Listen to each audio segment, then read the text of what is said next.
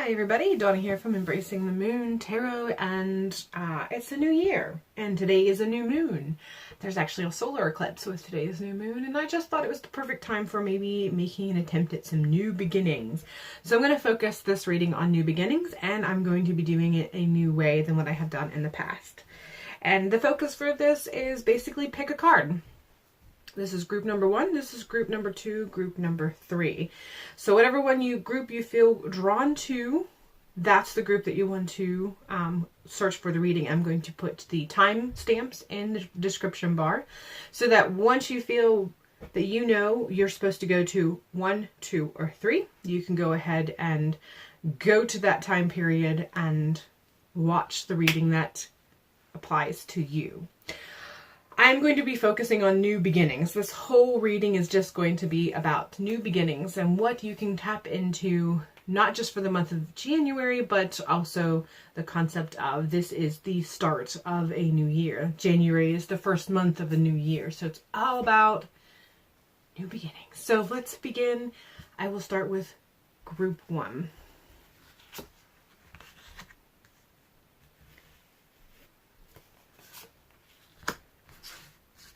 So we have in group 1, authenticity, 8 of Athens, the Earth Mother, and 8 of Pentacles. And I feel that for you to get a good new beginning, a good start on your new beginning this year, there's a few things that you need to address. There's a few things you need to break free of. And the whole key, what you're going to be working on right now to get the best out of your new beginning is your authenticity. Tapping into your most authentic self. That version of yourself that you have been hearing, wanting to come forth, but you have been kind of keeping tethered, tied, pushed down, blocked, won't let speak out.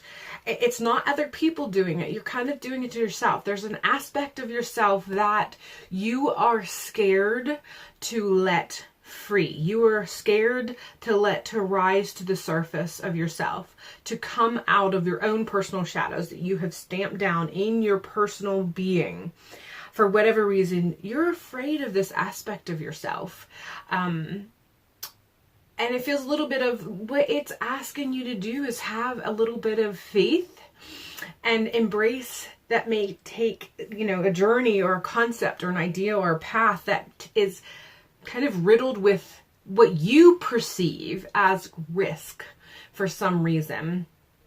And there could be some risks involved, and it's just kind of got you bound up in fear. And so you keep this part of yourself hushed because you're afraid of embracing it. You're afraid of the path it's going to take you down. You're afraid of the journey that it's going to begin. But it's time to tap into that. It's time to have a conversation. You don't have to start out big. Sometimes it's as simple as you don't have to untie that version of yourself completely. Maybe just take off what's covering the eyes or the mouth and have a conversation with this version of yourself. But tapping into the most authentic version of yourself, finding that authentic person that's deep within and having a conversation, and then really weighing those risks and seeing if the risks are really that scary. Are they really so bound up in the kind of risks that you really feel you can't take? Or if you sat down and talked to the side of yourself, are they the kind of risks that you really can't take a risk of not embracing? So that's the first step. If you manage to have a conversation with this aspect of yourself and be a very authentic conversation, a new beginning. We have Earth Mother. I feel that there'll be new roots that you'll have that will create a new plant, a new journey, a new version of self, something that you can mother and nurture, and it can grow. And it's kind of twofold in that you will both be the new plant and the mother to that plant. Obviously, we are talking about an aspect of self, but definitely tapping into creating new roots that you can mother and nurture and grow, and you'll be both mother and child. And it's just this very interesting flow of energy that you can create for yourself that will help you to grow, help you to embrace yourself, help you to really, again, birth that new beginning that you have been really reaching for. And if you follow this, there is promise of increasing and honing skills that you have, things that you have kept quiet, things that you've been working on privately, or maybe not so privately, but people haven't really noticed because you haven't really been very loud. It's been present, you've been working on it, it's visible, but people for whatever reason haven't noticed. You'll get to a point where your skill set regarding this will be at a level that is unmistakable, that can't be missed, and will be noticed. But most importantly, you'll be able to notice of yourself. You'll be able to look back and see how, by having this conversation and looking for ways to tap into your most authentic self, you were able to free and mother and birth something that you have been dreaming of, pining for, desiring for a really long time, and have been secretly on some level beginning to build the skills for. You'll get to a point where you'll be able to notice that that skill set, that level is reaching what you had dreamed of but were afraid of happening. And of course, this is a process. This isn't going to, you're not going to get this by the end of January, but you'll tackle it in January, and this has the potential of leading there. And it might be a couple months, but you'll see that progress. I mean, gestation is always a time period in and of itself. So, you know, the freeing, the authentic conversation and freeing of your authentic self will have that process of fertilizing and planting and rooting, and give you the period of gestation to work to this progress for some time period in the future of this new year. All right, so that was 1. We're now going to begin with 2.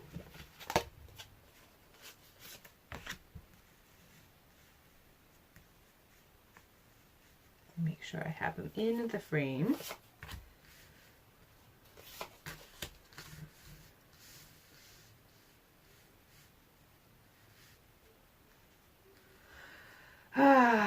Simplicity is the theme for this year for you, number 2.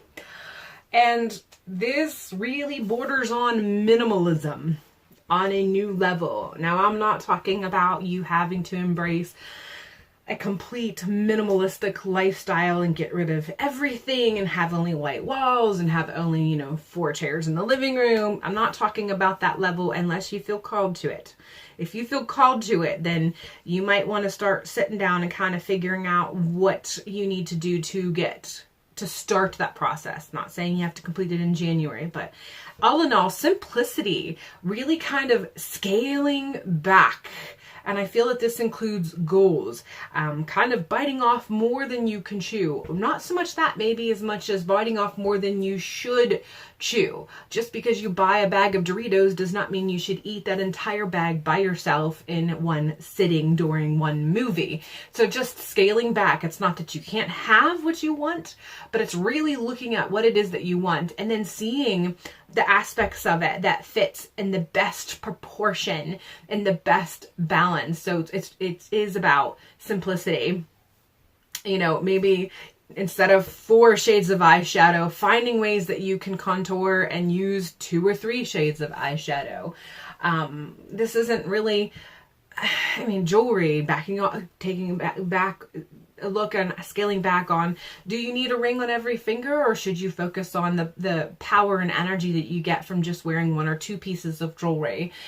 So it's external and internal. What can you look at that you realize that you're just kind of really pulling in, that you don't need to be pulling in such huge quantities.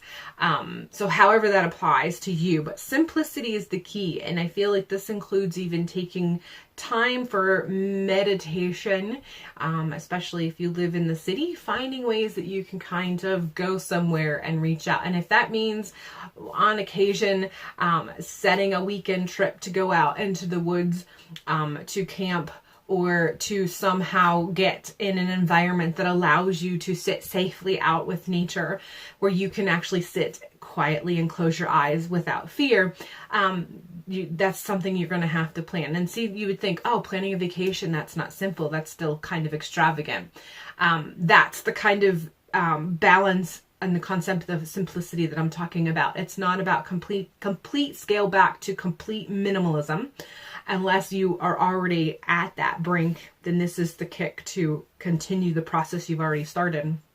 For some of you, you don't live a minimalistic lifestyle, and you haven't really considered. It may have been on your radar, but you haven't completely considered it. This is just kind of that, okay, stepping stones, baby steps, and it's not all about scaling back to just completely black and white walls and nothing else. We're just talking about balance and proportion, recognizing what it is that you desire and taking and consuming it in the proportions that are balanced. Like balanced diet, but as an overall lifestyle. So the energies that we're going to be looking at, we have Two of Wands, and I've kind of already tapped slightly into this in the discussion because of talking about looking at where you're at and kind of figuring out what it is that you need to do to make it happen. This is the Two of Wands energy. It's really kind of taking a step back, seeing the two versions of the path that is before you, and kind of already maybe not taking that step, but grabbing the staff that allows you to take that first step, if that makes sense.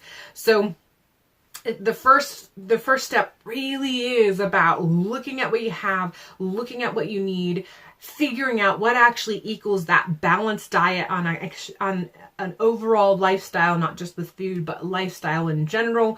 And then deciding, okay, which staff do I need to choose that will help me walk on this path, on this journey?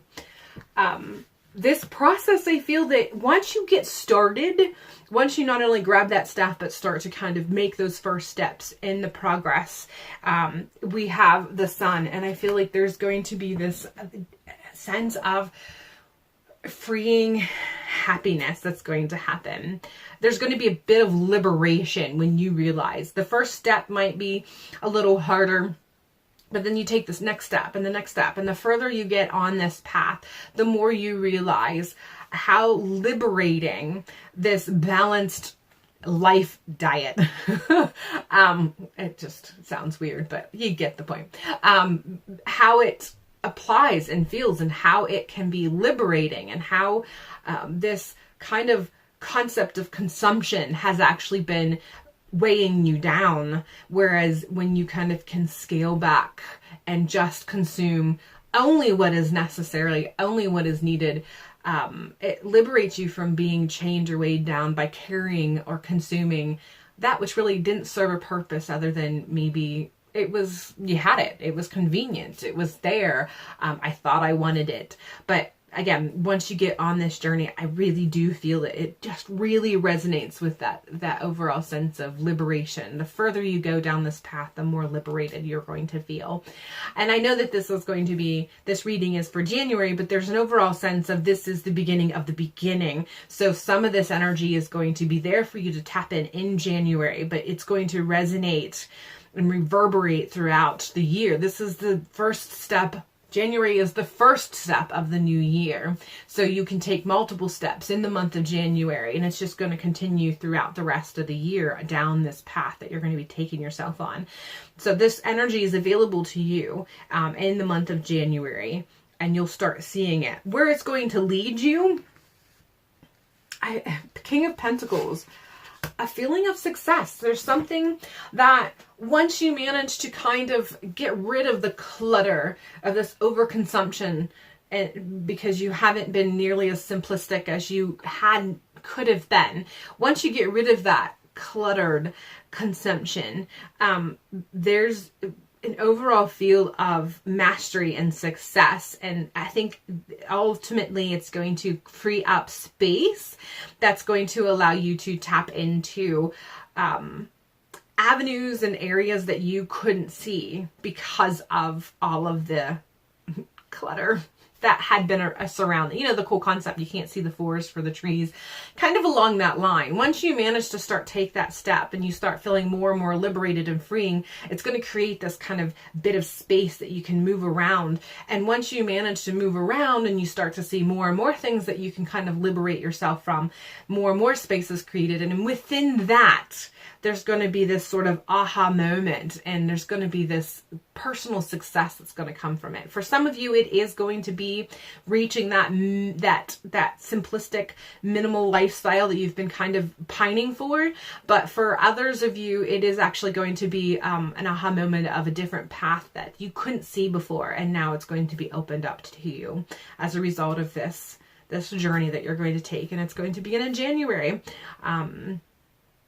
And you might not see the completion of it. You might not get to this at the end of January, because I feel, like I said, this is just energy that is available to you in January, and it's going to reverberate throughout the 2019 year.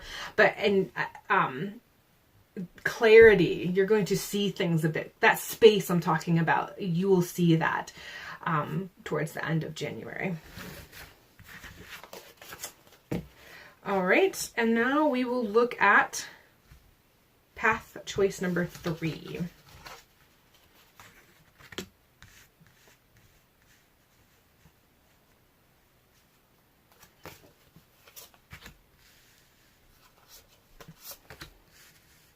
So the beginning of January and what's kind of reverberating through the year, I feel like it's going to wane as you go through the year, but it's going to be really strong in January, and it's going to start the process. We have dream.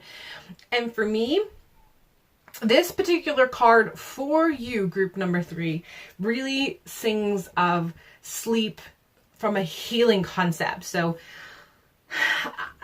2018 was rough. And it might not have just been 2018. It could have been 2017, maybe a little bit of 2016, possibly some of 2015. Some of us have really gone through a huge transition that has brought us to the 2019 year frame. So for those of you who have made it and you feel like, oh my God, I've made it through 2018, 2019, yes. There's some of you, if you've landed on group 3, that, oh yes, I made it through 2018 is not meant for you to be so excited of making through 2018 that you decide you're going to expend a ton of energy in 2019. No, you are meant to heal in 2019. You need to recover all of the things that have transpired in the last 1, 2, or 3 years, depending on your personal experience. That transition process has been traumatic, and this can be mentally, emotionally, psychologically, physically, however that applies. The last year to 2 to 3 years has had a bit of trauma with it, and you're doing well. You've made it. The process has been its own thing, but you've managed to get here, and you're grateful for getting here, and you are excited to see what 2019 brings. But you're kind of being told, whoa, wait a minute. Just back up just a second.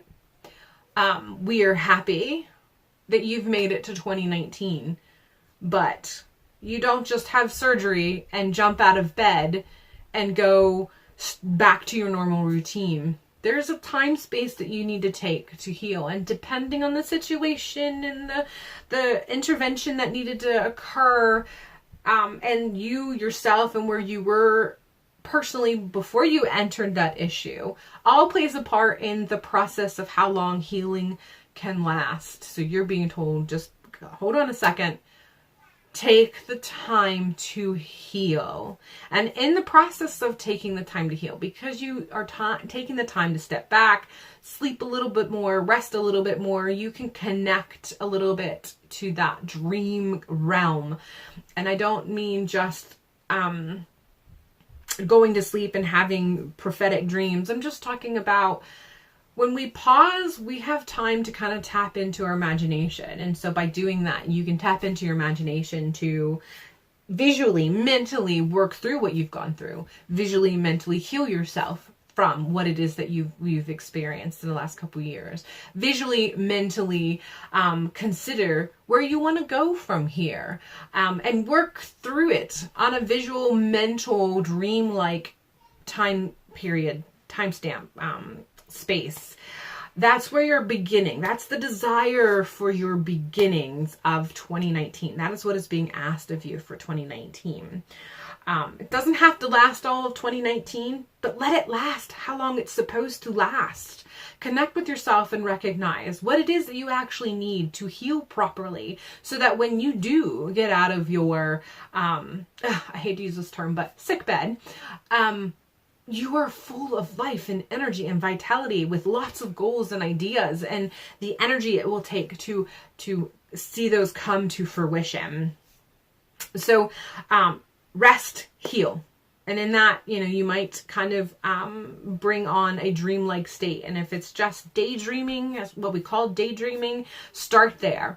But that's the energy you're being asked to tap into. And all of this has to do with, we have the Five of Pentacles. I've already tapped into that with what I've already discussed regarding the dream energy. And that is just seeing where you are, recognizing the impoverishedness that you have experienced, the trauma, what has left you feeling waned, drained, possibly a bit lonely and alone, and working through that, figuring out who it is that you may be able to have that's nearby that you can kind of look to for advice or help.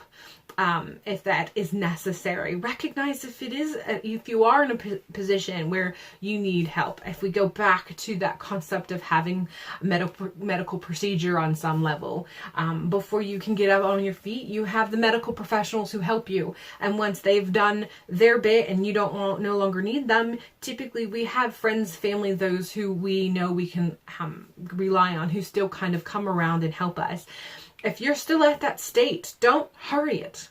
Allow yourself to receive that until you can get past this, for lack of a better term, state of being impoverished. And again, mentally, emotionally, physically, psychologically, whatever it is, however it applies, take that time. Give yourself that time. Enter into those circles that allow you to be supportive and heal, and allow you to feel secure so you can rest and heal and dream. Whatever circle it is that you need to enter so that you can rest and heal and dream, so that in that process you can recharge in a sense. That is what you need to be utilizing in January. If you manage to take the time, this will lead you to feeling like you are back into control of your life.